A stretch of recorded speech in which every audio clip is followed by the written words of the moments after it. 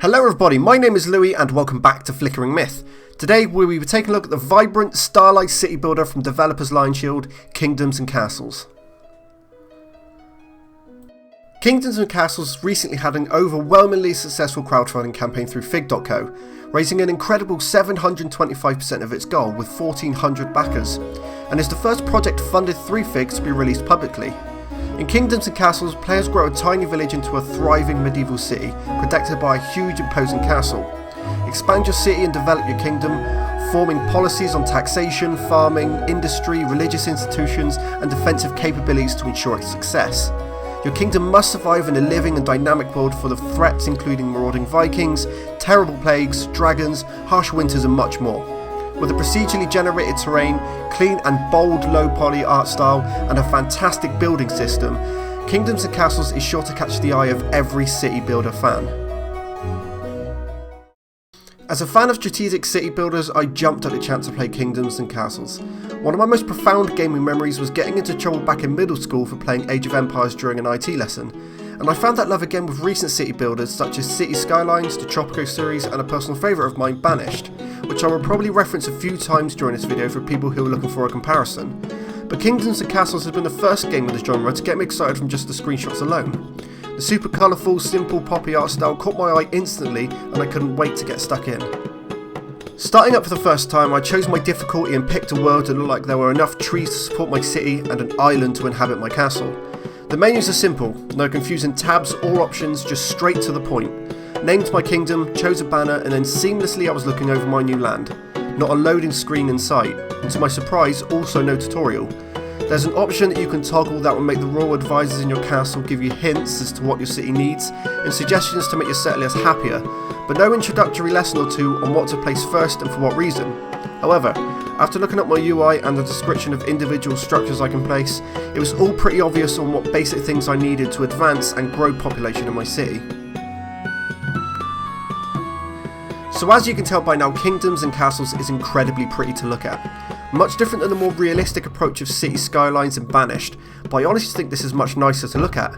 The straight edges of the coast, the fading in and out cloud system, the fire effects when a house you've built burns to rubble, and the menacing but at the same time cute modular castle. But my favourite thing are the signposts that pop up when you build a junction with a road.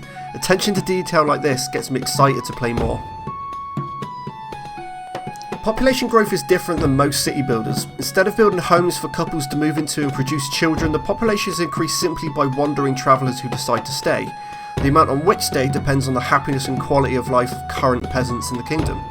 You can increase happiness of peasants by building structures, having enough resources and keeping tax affordable. Keep note that travellers will also only stay if there are enough beds to accommodate them, so be sure to keep building homes to expand your kingdom. Early in the game, a dragon will at some point fly overhead and inspect your progress.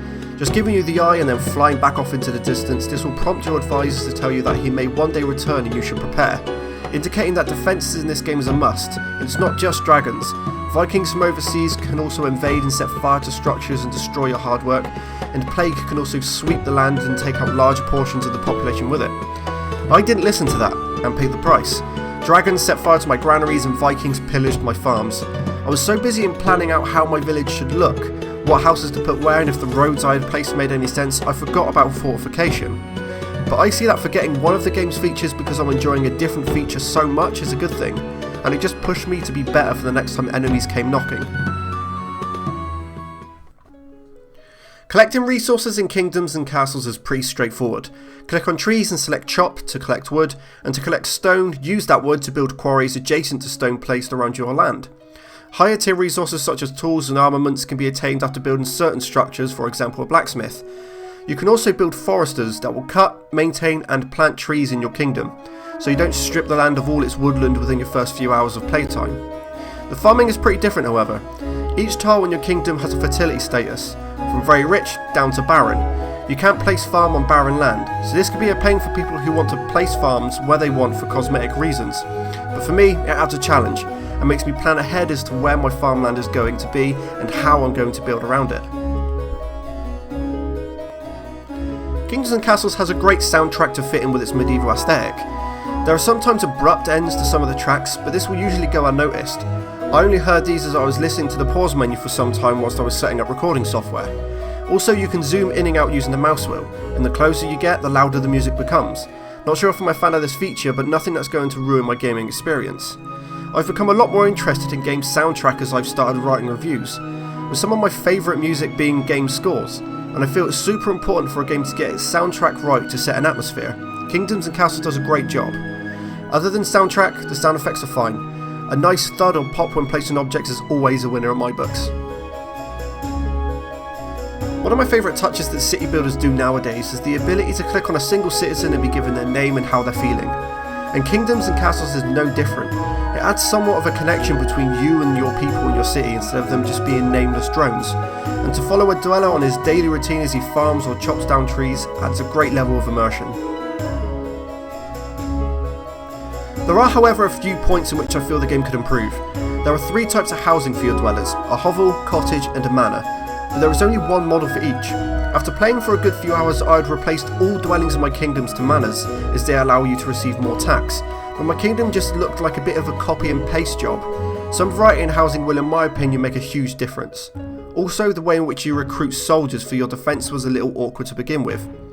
You need to first train a hero that will lead a small group of soldiers to be able to move them to a point on the map of your choosing, and to recruit soldiers with the hero, you need to be near the soldier and press the recruit button. A quick tutorial upon doing this for the first time will make this process for first time players much easier. So after putting around 10 hours into the game, it's apparent that there's no real story or endgame. As your city grows, so does demand for produce, and as Vikings fall, 2 more boats arrive next year for revenge. But that's not why I enjoy city builders. I enjoy them because I love witnessing progression, and Kingdoms and Castles gives you that in buckets, whilst at the same time keeping you engaged with its gorgeous visuals. If you're looking for a captivating, addictive and simplistic city builder to tie you over during AAA releases, Kingdoms and Castles will be a welcome addition to anyone's library. Here at Flickering Myth, Kingdoms and Castles is a 7 out of 10, and I'm super excited to see what direction the devs take with future updates and content.